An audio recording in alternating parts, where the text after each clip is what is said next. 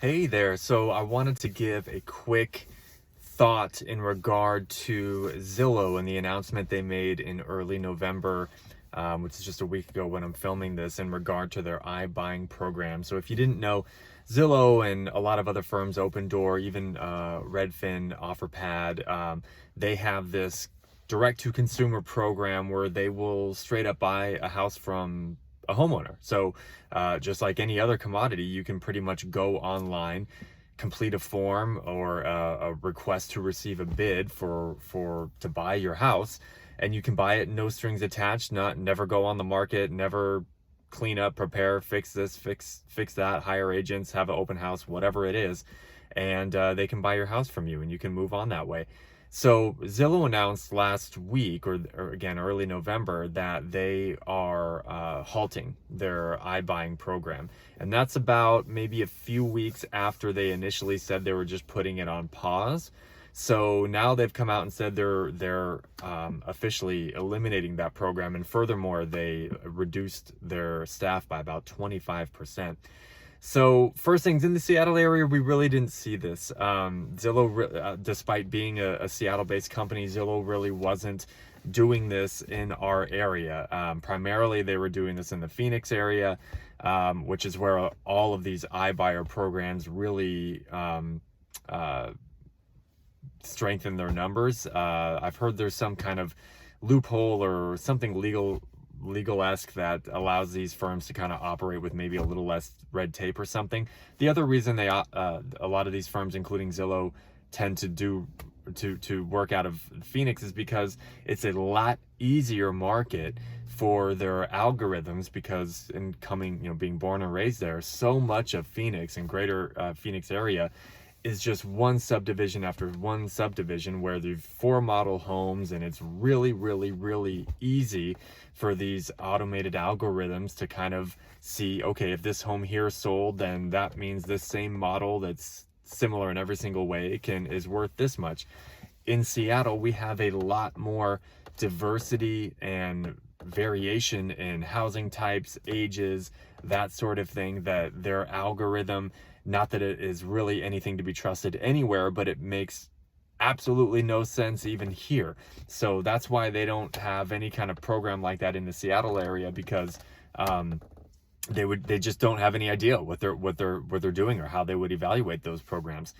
But essentially, it turns out that evidently they don't know what they're doing even in the easier markets like Phoenix. So they were buying these properties for more than what they were selling them for.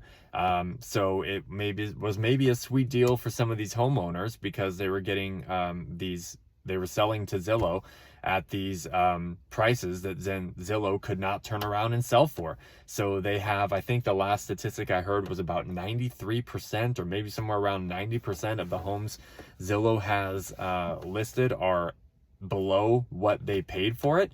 And considering that they, have to then pay taxes and fees and commissions and stuff on top of that, it's even selling, you basically have to sell for 10% profit or so to even just kind of break even. So the fact that they're even selling for less, it was a no-brainer that this program was not working and they were gonna shut down. So again, we didn't really see that in the Seattle area, although what we are seeing is more of Redfin. So Redfin's Now program, Redfin Now, is doing the same thing, and I'm seeing the same thing, that they're purchasing these properties from these owners directly off market and essentially not doing anything, or if they are doing anything to them, it's very minimal, maybe new carpet, paint, or something like that, and basically relisting at the same price, or maybe $5,000-$10,000 above. And a lot of these properties I'm seeing are not selling, and they're then having price reductions or selling below.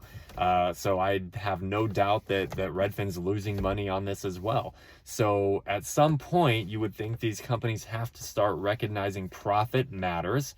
They haven't yet, but maybe Zillow did, and they're gonna, when that time comes, it's good for some of these sellers who maybe have those awkward properties that might not give them a great return putting it on the market. But if Zillow or Redfin or someone is going to buy it from them directly without discounting that awkwardness within their price, then that can potentially be a good deal for the seller. Doesn't work out well for the iBuyer. So at a certain point, when they start adding up all their losses, I would think eventually they're going to have to start, if they continue with these programs, lowballing the next round of wannabe home sellers, because that's the only way they can assure themselves to make a profit. And if they want to act like flippers or develop, real estate savants or anything like that, that's what you have to do. You can't buy properties at market value, turn around and sell them for, not without doing anything, increased profits. So it's going to be interesting to see what happens there. On a personal note, as of that, the day before Zillow announced this, which was November 2nd, I believe. Yeah. November 1st was my last day ever spending money with Zillow. So I had, from basically the time I started from in 2012, maybe 2013 was when I started advertising with Zillow. I am now completely free of the chains. So it's kind of funny that the next day, they announced all these measures and layoffs, and it's like, wow, my $900 a month was really holding them by a thread. It wasn't, but anyways, yeah. So and I don't knock people for doing it. It worked. There was a return on that investment for years and years and years. And even at the peak, I was spending, thousands and thousands of dollars a month because there was a return on it.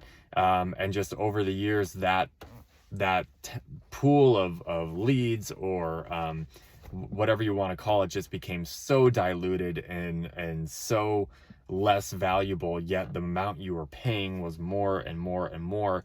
It just made less and less sense to continue doing that. So I dropped my spending accordingly to keep my rate of return on investment in line, and to eventually it's just come to the point now where it's been worthless. And I couldn't even tell you the last time I got a lead from Zillow was probably 3 months ago. So I'm fortunate I'm in the point in my career now where I can direct money, ad spend in different places where people then can choose to work with me directly based on what they're seeing on the platforms I advertise on, rather than just seeing a property first and randomly being matched with me that way. So anyway, yeah, we'll see what's next with these iBuyers and Zillow.